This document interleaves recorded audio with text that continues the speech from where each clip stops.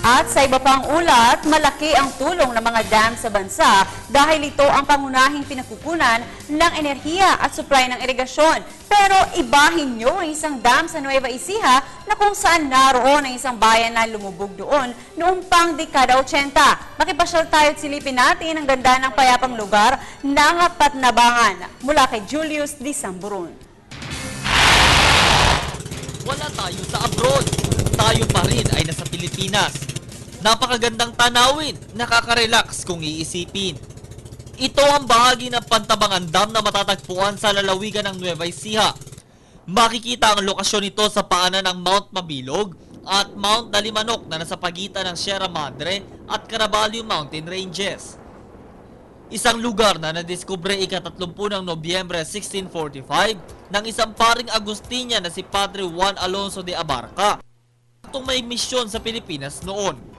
Taong 1747 ang opisyal itong panirahan ng mga taga rito bilang isang nayon. At sa taong 1900s nang dumami na mga naninirahan, formal naman itong idiniklara bilang isang bayan.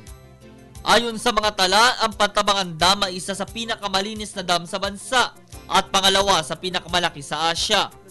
Noong ang Pantabangan ay napakatandang bayan na it is the second oldest town in Nueva Ecija.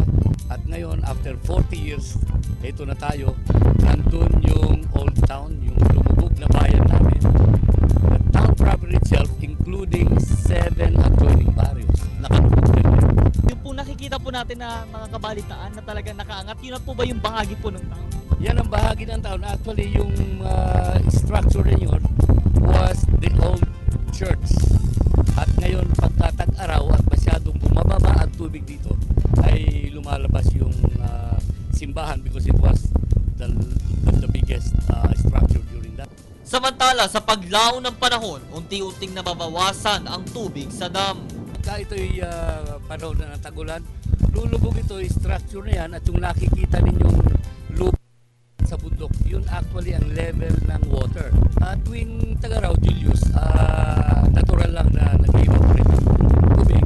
Yung ibang tubig na nagamit na sa sakahan, pinawala na ng Irrigation Administration para magkaroon ng tubig sa kaibabaan.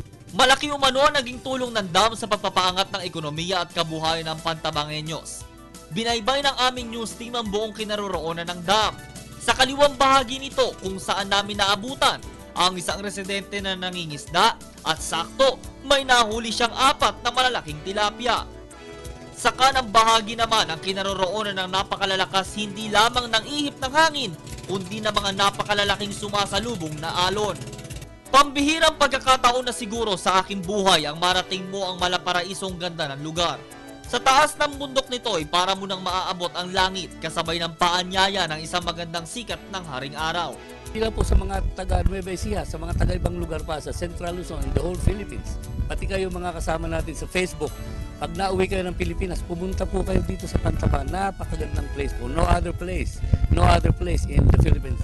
Masarap nga naman balikan ng kasaysayan. Bahagi ang Pantabangan Dam sa nais paunlarin ng lalawigan para maging source of income ng mga naninirahan dito gaya ng mangingisda, kundi maging isang atraksyon. Sana magsilbing aral para sa isa sa atin na ang bawat tubig na nanggagaling dito ay napakahalaga. Mula dito sa Pantabangan sa lalawigan ng Nueva Ecija at para sa Telebisyon ng Bayan, ako si Julius Di Samburon.